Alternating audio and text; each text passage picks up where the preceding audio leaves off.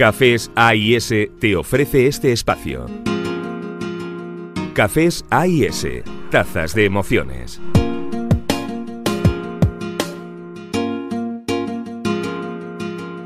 Es un error, Maite, Alejandro, si me lo permites, el hablar en términos tan mecanicistas del consumo, ya te digo, de casi nada, ¿no? Salvo que de aquello que hayamos contrastado que es tóxico, ¿no? Estamos hablando de drogas de abuso y todas estas cuestiones. Cuando estamos hablando de alimentos, tenemos la mala costumbre de atribuirles, como digo, un efecto sumergirlos en una realidad demasiado mecanicista. Esto es bueno para aquello, con lo cual lo tomo. Esto es malo para aquello, con lo cual no lo tomo, etcétera. Es que las cosas no funcionan así. Lo comentábamos al principio un poquito de la entrevista y el pasado día también. Es decir, hay muchísimos factores que intervienen en nuestra salud. La alimentación es solo uno de ellos. Están los condicionantes genéticos, están el resto de hábitos alimentarios, el resto de hábitos de vida que nosotros tengamos. Está evidentemente también el medio ambiente, y con lo cual la intervención del día de hoy la resolvería diciendo que el consumo moderado y habitual de café tiene, al menos en apariencia y hasta lo que ahora se sabe, más beneficios potenciales, y subrayo todas las palabras, más beneficios potenciales que perjuicios. Pues de forma casi telegráfica, si le parece, ¿qué hay de cierto sobre lo que se ha comentado en pro y en contra de, bueno, por ejemplo, del café y el Alzheimer? Vamos a ver.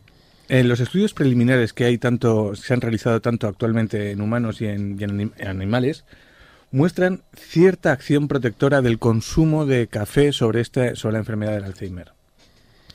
Ahora bien, esta evidencia preliminar, en cualquier caso, sugiere que la actividad contra la placa beta-amiloide, la placa beta-amiloide es un elemento que se ha revelado desde hace cierto tiempo como causante, tiene toda la pinta, o relacionado en la causa del Alzheimer, y en este sentido el café, de alguna forma, ayudaría a eliminar o a que no se produjera con la misma celeridad ese conglomerado de proteínas que se llama la placa beta-amiloide y que de alguna forma apunta como elemento causal a la enfermedad de Alzheimer. Con lo cual, insisto, en estudios preliminares, pues apunta bien. Apunta bien. Café y cáncer.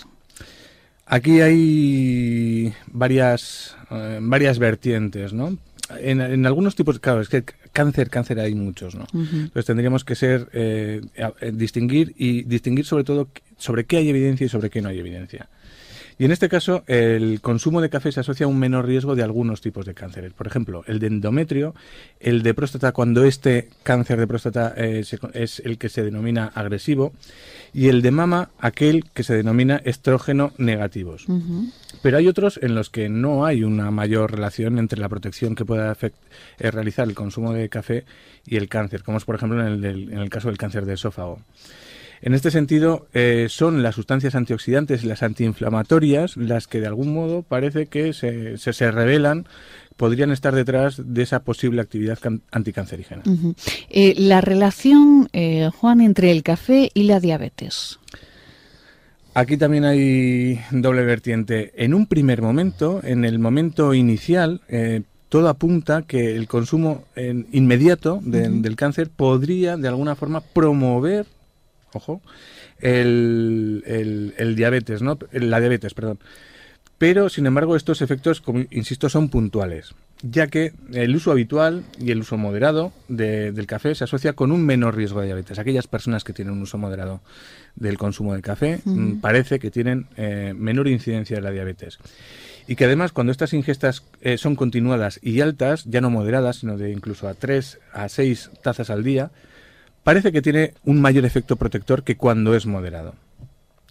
Bueno, y aquí parece que la relación pudiera estar asociado con el aumento de la hormona adiponectina que tiene el consumo de café y la relación que tiene esta hormona con esos factores que afectan a los niveles de insulina y de azúcar en sangre. También se puede relacionar de forma positiva el café con el infarto al corazón. Esta, Maite, y como bien sabéis, ya lo habéis mencionado antes, esta es una de las bestias negras del café, ¿no? En otros tiempos, por un lado, volvemos casi un poquito a lo de antes, ¿no? Es cierto que el consumo de café pudiera aumentar algunos factores asociados a un mayor riesgo de infarto de corazón. Entre ellos, a través de la cafeína, uno de los elementos característicos del café, el aumento de la homocisteína plasmática, que es un conglomerado de aminoácidos que están relacionados precisamente con el aumento del riesgo de infarto de corazón. Sin embargo, el uso continuado y el uso y al mismo tiempo moderado, y en este caso estaríamos hablando de 1 a 3 tazas, se relaciona en estudios también preliminares con una pequeña disminución de ese riesgo. Y aquí hay que citar una curiosidad, que es que se ha puesto de manifiesto, o la evidencia en este sentido apunta a que ese efecto protector es mayor en el caso de las mujeres que en los de hombres. O sea, que el café en las mujeres nos puede ayudar a solventar un poquito ese asunto del infarto. Esa posible. Digo todo, disminución del riesgo. Y recordemos, estamos hablando casi siempre, cuando se hacen humanos, de estudios observacionales, que no son estudios clínicos, y entonces esa relación de causalidad está un poquito más cogida con pinzas. Café y la salud del hígado. Esta sí que está cada vez más clara, y el consumo de café de forma habitual está asociado a menores niveles de aquellas enzimas que indican un daño hepático, es decir, aquellos marcadores que de algún modo se identifican con una persona que está enferma, que tiene alguna hepatopatía, pues en aquellas personas que consumen café de forma regular y moderada, pues parece que esos indicadores son menores. Y al mismo tiempo, también se ha contrastado que la ingesta de café podría mejorar la respuesta en algunos tratamientos dirigidos contra la hepatitis C. Aquellos pacientes que estén aquejados de hepatitis C y estén en ciertos tratamientos, el café parece que pudiera ayudarlos. Y volviendo un poquito a lo del cáncer, hay algunos estudios que también sugieren que podría ejercer algún efecto protector contra el cáncer de hígado, el consumo del café. El consumo del café. Bueno, la relación entre el café y la enfermedad de Parkinson, nosotros que solemos hablar mucho con la Asociación Parkinson Aragón, siempre nos comentan que bueno, que sí que hay pues una cercanía al café, ¿no? Que hay estudios o que hay evidencias que dicen que el café y el Parkinson se llevan muy bien. Juan.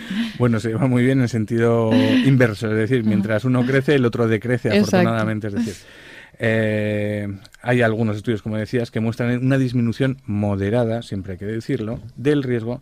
Cuando hablamos de una disminución moderada del riesgo, estamos hablando de disminución del 25% del riesgo. Quiero decir que en términos absolutos esto al final hay un concepto estadístico, matemático difícil de alguna forma de hacer entender a los oyentes, pero la reducción del riesgo pero es pequeña, ¿no? Con respecto a aquellos pacientes que consumen café y en relación a la enfermedad del Parkinson.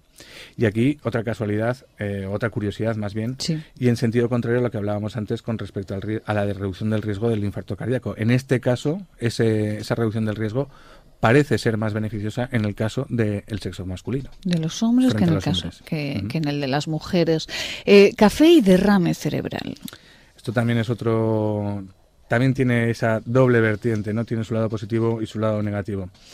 Sí que es cierto que, volviendo al consumo moderado, ese consumo de café podría disminuir el riesgo, o está asociado con un menor riesgo de derrame cerebral.